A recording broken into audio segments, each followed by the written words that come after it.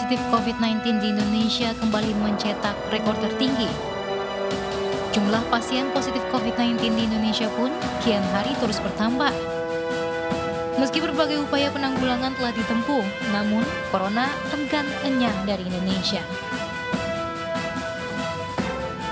Sejumlah wilayah di Indonesia bahkan menyumbang angka tertinggi pasien COVID-19 seperti DKI Jakarta, Jawa Timur, Jawa Barat, hingga Sumatera Utara.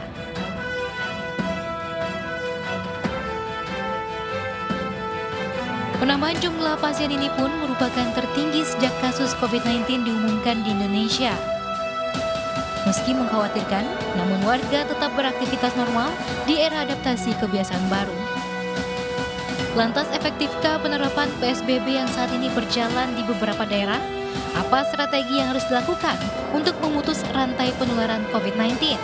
Kita akan kupas lengkapnya malam ini di Indonesia Bicara. Ya, pemirsa, sesuai dengan tayangan tadi, tema kita pada malam hari ini itu positif COVID-19 meroket. Dan kita sudah terhubung dengan dua narasumber melalui Skype. Kita akan sapa terlebih dahulu, ada Pak Pandu Riono, epidemiolog. Selamat malam Pak Pandu. Selamat malam Mbak April. Baik, sehat Pak Pandu? Alhamdulillah sehat. Alhamdulillah, terima kasih sudah menyempatkan waktunya. Juga yang kedua ada Dr. Joni Wahyu Hadi, Ketua Gugus Tugas COVID-19 Jawa Timur. Selamat malam Dr. Joni. Selamat malam. Terima kasih dokter sudah hadir dan menyempatkan waktunya. Baik, sehat dokter? Alhamdulillah sehat. Alhamdulillah. Baik, kita langsung saja berbincang mengenai tema kita pada malam hari ini, yaitu positif COVID-19 meroket. Saya ingin tanya kepada Dr. Joni terlebih dahulu. Dr. Joni, Jawa Timur masih menjadi daerah terbanyak penyumbang pasien positif COVID baru-baru saja. Seperti tanggal 29 Agustus kemarin mencapai lebih dari 500 begitu, 700 sekian. Kenapa? Apa alasannya begitu Dr. Joni? Iya, jadi memang kalau banyak orang bilang bahaya second wave. Menurut saya bukan second wave, wave yang pertama saja belum selesai. Ya. Puncak dari yang pertama belum ya dok ya? Belum. Jadi memang bahayanya kalau kita masih ada positif case, ada kasus positif, kemudian kita lengah, terlonggarkan, juga protokol kesehatan tidak ditaati dengan baik, dia akan timbul klaster-klaster baru. Jadi ini ada komunitas yang cukup besar, yang kemudian ada satu saja yang ternyata positif, akhirnya menular dalam komunitas itu yang dengan jumlah yang cukup banyak. Jadi memang belum selesai, belum hilang sama sekali yang positif, confirm, dan menular. Akhirnya terjadi apa yang disebut dengan super spreader ya. Satu case bisa menular ke banyak orang. Ini sesuatu yang perlu kita perhatikan. Memang sebagian besar dari mereka itu adalah gejala ringan atau OTG. Tapi perlu dicatat bahwa di Indonesia khususnya, Jawa Timur, itu orang-orang dengan high risk. Ya, high risk itu cukup banyak. Jadi kalau komunitas itu misalkan masih muda-muda, kemudian kita tidak betul-betul melakukan isolasi dengan baik, maka kalau dia sampai memberikan transmisi penularan kepada orang-orang dengan high risk, itu sangat berbahaya. Baik, Dr. Joni, sebenarnya seperti apa sih penerapan protokol kesehatan di Surabaya saat ini selama new normal begitu? Apakah sudah taat pada protokol kesehatan atau seperti apa kondisinya di sana? Ya. Survei memang menunjukkan bulan Juli kalau tidak salah itu ada perbaikan ketaatannya ya. Tapi saya melihat dengan berbagai macam informasi yang masuk bahwa kita sudah masuk dalam new normal, kemudian survei juga banyak yang sembuh. Nah, informasi banyak yang sembuh. Ini membuat masyarakat ya dalam tanda petik menjadi lebih lengah ya terhadap protokol kesehatan. Dan kita lihat ada komunitas-komunitas yang cukup banyak jumlahnya, itu juga kurang taat. Padahal dengan banyaknya komunitas banyaknya orang di dalam satu komunitas itu seharusnya protokol kesehatan harus lebih taat lagi. Karena sebetulnya keyword-nya kan distancing nih. Keyword-nya itu distancing. Beberapa jurnal mengatakan dengan jarak 1,5 meter di ruangan bebas itu tidak akan tertular, apalagi kalau pakai masker. Berarti di Jawa Timur masih tercatat banyak pelanggaran ya Pak ya protokol kesehatan? Ya pasti Karena kalau tidak melanggar protokol kesehatan pasti nggak tertular. Upaya apa yang dilakukan gugus tugas di sana untuk bisa menekan ini, Pak? Ya, ini terus-menerus memberikan edukasi, memberikan dalam tanda petik represi kawan-kawan dari polisi, dari kawan-kawan dari TNI, dari Satpol PP, terus setiap malam ya, memberikan ronde ya. Kemudian kampung-kampung Tangguh Semeru itu yang diinisiasi oleh Bapak Kapolda juga kita aktif kembali. Ya, setelah kisnya naik aktif kembali. Kemudian gugus tugas kita, tim yang dipimpin langsung oleh Gubernur juga langsung terjun ke lapangan, khususnya di klaster-klaster besar. Ada sebuah komunitas yang kita langsung ke sana, bahkan sekarang ketua tim tracing kita masih di sana bersama Dinas Kesehatan, bersama Kementerian Kesehatan, Dinas Kesehatan setempat yang melakukan treatment bagaimana caranya membatasi ini jangan sampai menyebar. Kita tahu semua kan yang cukup besar itu. Nah, juga ada satu komunitas lagi, kita juga lakukan treatment dengan melakukan isolasi. Ini juga sekitar 2.500 ini komunitasnya ini. Yang high risk kita sendirikan, kemudian yang positif kita sendirikan, lakukan evaluasi, disediakan ruang karantina. Apabila menggejala dan perlu perawatan, kita sudah sediakan ambulans, tim medis, kemudian rumah sakit. Close observasi, itu penting sekali.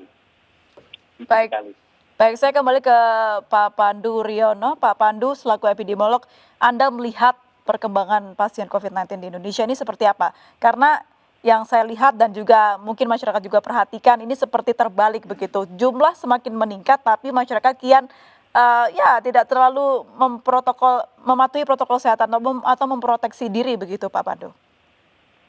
Iya, jadi tren kasus selama minggu ini atau minggu depan masih terus meningkat. Itu dampak dari pergerakan penduduk yang luar biasa hebatnya terjadi 2 minggu terakhir ini. Karena kan 2 minggu terakhir ini kita menghadapi 2 liburan panjang. Dan liburan panjang ini banyak sekali masyarakat bepergian dan mereka tidak sadar bahwa mereka itu sekarang dalam era pandemi. Dan sehingga tidak menggunakan protokol atau kesehatan, menggunakan masker, menjaga jarak atau mencuci tangan. Nah ini yang dampaknya pada kecepatan penularannya yang dari kemarin, hari ini, besok, dan minggu ini akan tinggi lah. Itu memang masyarakat kita juga memang tidak menyadari. Dan juga tidak diingatkan terus-menerus oleh kita bersama, pemerintah dan semua masyarakat, bahwa kita tuh hidup masih di era pandemi yang masih tinggi penularannya. Dan walaupun diizinkan melakukan aktivitas, tetap harus patuh menggunakan protokol 3M tadi. Jadi 3.000 penambahan yang sempat terjadi itu dikarenakan adanya interaksi antar masyarakat yang semakin meningkat, begitu ya Pak Pandu? Betul sekali. Jadi mobilitas penduduknya luar biasa. Kita lihat datanya itu, waduh, di akhir minggu itu orang bepergian kemana-mana, berpariwisata, ke pantai, ke kota-kota lain. Dan tidak heran dampaknya itu akan tinggi di seluruh wilayah Pulau Jawa. Tapi kalau menurut pengamatan Anda, dengan meningkatnya penyebaran penambahan pasien positif COVID-19, tapi tidak dirubah juga pola pengetatannya untuk menekan angka penyebaran, apa yang sedang dipikirkan penanganan di Indonesia ini sebenarnya Pak Pandu? Iya, karena bersamaan kita melonggarkan terus-menerus. Jadi pemerintah juga ingin memulihkan ekonomi. Baik. Ekonomi hanya bisa dipulihkan kalau kegiatan masyarakat meningkat. Kalau perlu mereka dianjurkan untuk berpariwisata atau bahkan diberikan bantuan-bantuan ekonomi tunai langsung supaya bisa dibelanjakan. Karena ekonomi harus tumbuh. Nah, tapi berdampak buruk sekali terhadap penularan. Jadi seharusnya kalau memang demikian haruslah dunia usaha atau dunia bisnis ataupun pemerintah mengingatkan bahwa menggunakanlah 3M tadi. Memakai masker, menjaga jarak, dan mencuci tangan. Karena itu pilihan kita sekarang. Dan sekaligus juga surveillance-nya diperketat. Baik. Apa surveillance itu? Testing, pelacakan kasus, dan isolasi. Baik. Berarti pertimbangan ekonomi adalah faktor utama begitu ya yang dipikirkan pemerintah. Apakah betul Dr. Joni ini juga menjadi pertimbangan kenapa di Jawa Timur masih melonggarkan aturannya di sana? Iya, jadi kan waktu bulan Juni atau Juli saya lupa, Bapak Presiden kan ke Provinsi Jawa Timur memberikan arahan pada kita semua. Jadi gas dan rem, gasnya itu kan pertumbuhan ekonomi ini ya, menjaga jangan sampai timbul kelesuan ekonomi. Kemudian remnya juga protokol kesehatan, ini harus seimbang. Jadi pada saat tidak seimbang itu pasti terjadi imbalance yang bisa kita rasakan akibatnya. Ya kalau kita terlalu berfokus kepada bagaimana kita meningkatkan pertumbuhan ekonomi, tetapi lupa pada protokol kesehatan, tidak akan pernah bisa selesai pandemi ini. Jadi mesti harus hati-hati betul, karena keywordnya itu protokol kesehatan. Nanti pun kalau sudah ada vaksin, beberapa jurnal, beberapa expert mengatakan belum tentu selesai. Bahkan saya membaca sebuah jurnal yang masih baru, Juli, terbitannya, itu walaupun ada vaksin nanti di 2001, maka turunnya insiden ini, pandemi ini juga masih bergelombang, jadi dancing. Karena kita tahu virus RNA ini, coronavirus itu termasuk RNA, sangat mudah bermutasi. Kalau kita baca di beberapa jurnal, mutasinya luar biasa, sangat mudah mutasi. Sehingga kalau dia bermutasi, pasti vaksinnya juga tidak mempan lagi atau kurang efektif lagi. Jadi ini pintar sekali virus ini, maka hati-hati betul. Baik, harus berhati-hati ya dok ya? Harus berhati-hati. Protokol kesehatan itu tidak bisa ditawar. Makanya boleh kita aktif keluar rumah, melakukan kegiatan-kegiatan perekonomian, tapi protokol kesehatan itu harus. Saya sering melihat sepulang dari rumah sakit, ya, di pasar-pasar, di toko-toko masih ada orang jual beli, satu pakai masker, satu enggak. Bahkan ada yang dua-duanya enggak pakai. Saya selalu berpikiran, ya, ICU kami, kebetulan saya Direktur Rumah Sakit Sutomo, ICU kami yang 16 ini tidak pernah kurang dari 13 pasiennya. Jadi kalau terjadi pasien-pasien yang kita rawat di high care masuk ke ICU, kemudian yang ke UGD datang, kami khawatir terus karena begini. Ada dua tipe yang harus kita waspadai pada penyakit ini, sedikit masuk ke arah klinis.